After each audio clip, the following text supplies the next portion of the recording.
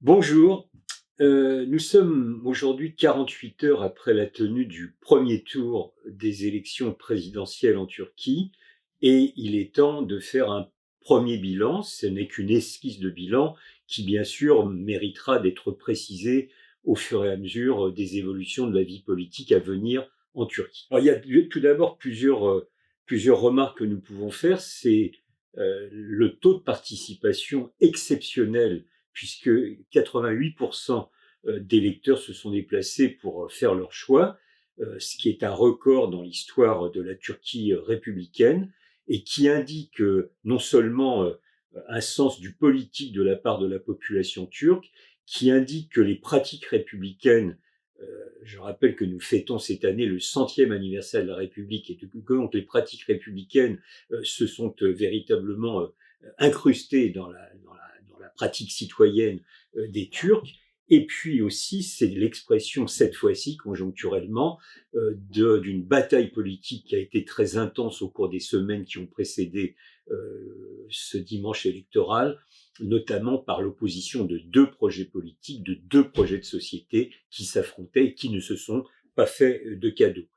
On peut aussi souligner le fait, outre cette participation, que la campagne électorale s'est déroulée correctement, sauf dans les tout derniers jours où les tensions ont été portées à incandescence, où les attaques verbales se sont faites de plus en plus rudes, mais aussi, malheureusement, quelques attaques physiques, notamment de meetings de l'opposition. On se souvient qu'il y avait donc deux principaux blocs, deux principales alliances qui s'affrontaient, celle qui était animée et dirigée par le président sortant Recep Tayyip Erdogan et son parti, le parti de la justice et du développement, opposé à M. Kılıçdaroğlu, qui, lui, était à la tête de ce qu'on appelle en Turquie la table des six, parce que c'est une coalition composée de 6 partis, 4 très petits partis et 2 partis d'importance plus marquée, dont celui de M.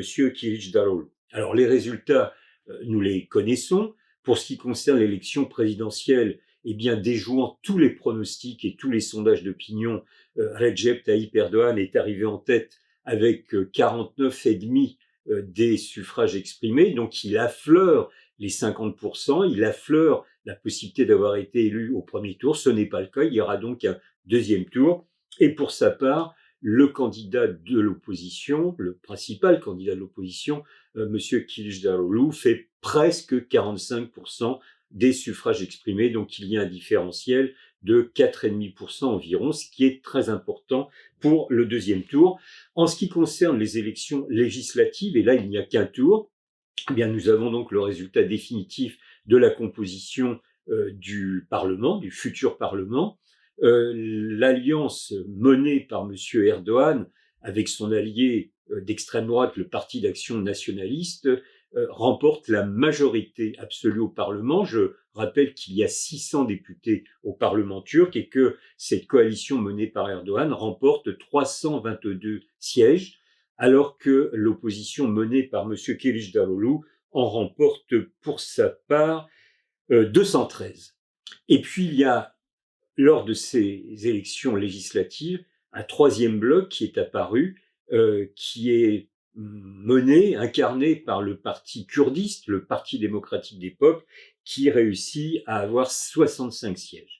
Donc un parlement où, à nouveau, diverses forces politiques sont représentées, des forces politiques opposées, parfois aussi en alliance, mais qui sera dominé de façon moins nette que lors du Parlement sortant, mais qui sera dominé par la coalition menée par M. Erdogan. Sur ce qui va se passer dans les 2 semaines à venir, puisque le deuxième tour aura lieu le 28 mai, eh bien la bataille politique va continuer. Là, il n'y aura plus que 2 candidats s'opposant, Erdogan et M. Kılıçdaroğlu. Il est bien sûr très prétentieux et très dangereux de faire des pronostics, mais on peut considérer que M. Erdogan part avec déjà de l'avance, 4,5%, nous l'avons déjà dit, et puis surtout, il y a une dynamique politique qu'il a réussi à engager, et donc on peut éventuellement prévoir qu'il remportera la victoire de ce second tour. Mais là aussi, restons prudents parce que le premier tour nous a réservé beaucoup de surprises. Alors, beaucoup sont étonnés par le fait que M. Erdogan, malgré la crise économique, malgré le fait qu'il a passé plus de 20 ans au pouvoir, donc certains avaient dit que l'usure du pouvoir lui serait préjudiciable, malgré aussi bien sûr la situation des libertés démocratiques qui n'est pas au mieux de sa forme, c'est le moins qu'on puisse dire. Malgré tout cela, M. Erdogan a réussi à s'imposer. Alors, il n'a pas encore remporté la bataille électorale définitivement, mais encore une fois, je pense qu'il est le mieux placé pour gagner au deuxième tour. Et on peut s'interroger pour savoir, pour comprendre un tel succès. Je crois qu'il s'explique tout particulièrement par le fait que, au vu des défis extrêmement rudes qui se posent à la Turquie, et défis économiques, défis géopolitiques dans une région assez volatile, c'est le moins qu'on puisse dire, Erdogan est probablement apparu comme un homme solide, un homme d'État qui avait fait ses preuves pour une partie de l'électorat, qui a donc choisi de reporter ses voix sur ce candidat. A contrario, l'opposition, même si elle a réussi à maintenir son unité au cours de la campagne électorale, était considérée comme assez hétéroclite, puisque composée par 6 partis, je l'ai déjà dit, et 6 partis qui possédaient pour le moins des nuances d'analyse sur un certain nombre de sujets. Et donc cette opposition peut-être a-t-elle inquiété nombre d'électeurs qui, au vu des défis de la Turquie, la considérait comme trop hétéroclite. Et il y a une crainte qui a souvent été exprimée, c'est que si cette opposition parvenait au pouvoir, réussirait-elle à maintenir son unité? Probablement pas. Or, il faut un pays au maximum uni pour affronter les défis économiques, politiques et géopolitiques. Donc tout cela, évidemment, sont des indicateurs qui ont peut-être été sous-estimés par les analystes, par les commentateurs avant le premier tour. Nous sommes désormais dans une nouvelle séquence et donc il faut passer à un autre point. Alors, parmi les grandes leçons aussi que nous pouvons tirer, c'est le fait que les grands centres urbains ont voté majoritairement pour Kılıçdaroğlu.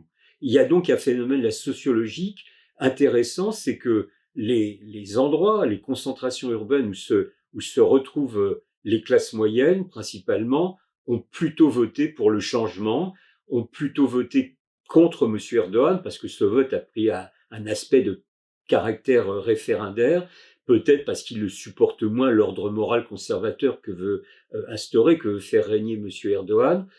Mais à contrario, toute la partie centrale du pays, ce qu'on appelle l'Anatolie ou l'Anatolie profonde, a voté très majoritairement pour M. Erdogan. Et je pense qu'il faudra approfondir cette analyse pour comprendre les dynamiques politiques à venir dans les prochaines années. Ce qui m'inquiète aussi dans ce scrutin, c'est qu'en réalité, on voit un affermissement, un renforcement de ce que j'appelle le pôle nationaliste, voire ultranationaliste, l'extrême droite. C'est-à-dire que les partis d'extrême droite, si on les additionne, dans leurs différences, parce qu'il y en a plusieurs, eh bien, atteignent autour de 25%, c'est-à-dire un quart du corps électoral. Ça, c'est éventuellement inquiétant.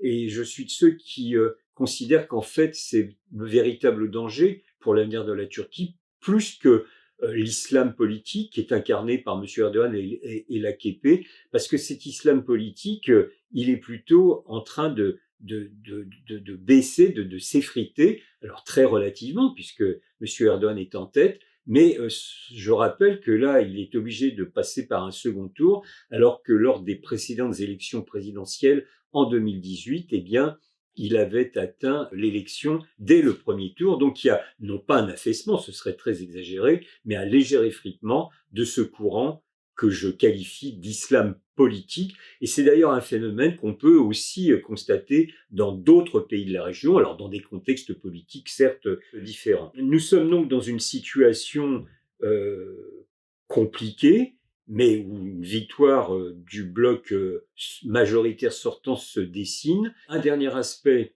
qui me paraît très important, c'est la question kurde. Cette question kurde représente probablement le principal défi politique de la Turquie.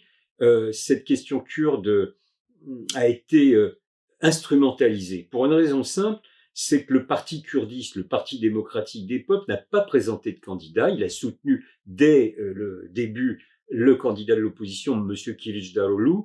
Or, nous savons que ce parti, qui est un parti légal, qui est un parti parlementaire, a des liens avec le PKK, le Parti des travailleurs du Kurdistan, qui est considéré, qualifié d'organisation terroriste par le pouvoir turc, ainsi d'ailleurs que par l'Union européenne et les États-Unis, et que donc, habilement, malheureusement habilement, M. Erdogan a fait une sorte de raisonnement en disant le Parti démocratique des peuples est lié au PKK, le PKK est terroriste, et donc ce sont les terroristes qui soutiennent la coalition d'opposition. Alors évidemment, ce raisonnement a toutes ses limites, il est même carrément faux, mais pour autant, il a donné des résultats pour une partie de l'électorat turc qui considère qu'il y a un véritable danger de sécession kurde et qui verrait cela comme une forme d'affaiblissement de la mère patrie, ce qu'il considère comme la mère patrie. Et donc là, il y a eu un enjeu très mal géré parce qu'on n'a pas pris à bras le corps politiquement cette question kurde. Or, le plus tôt sera le mieux, mais tôt ou tard, il faudra bien que la société turque s'empare de cette question pour enfin la régler politiquement, je le souligne de 3 traits politiquement, car il n'y aura pas de solution militaire à la question kurde qui, d'autant plus, ne se résume pas, ne se réduit pas à la seule question du PKK.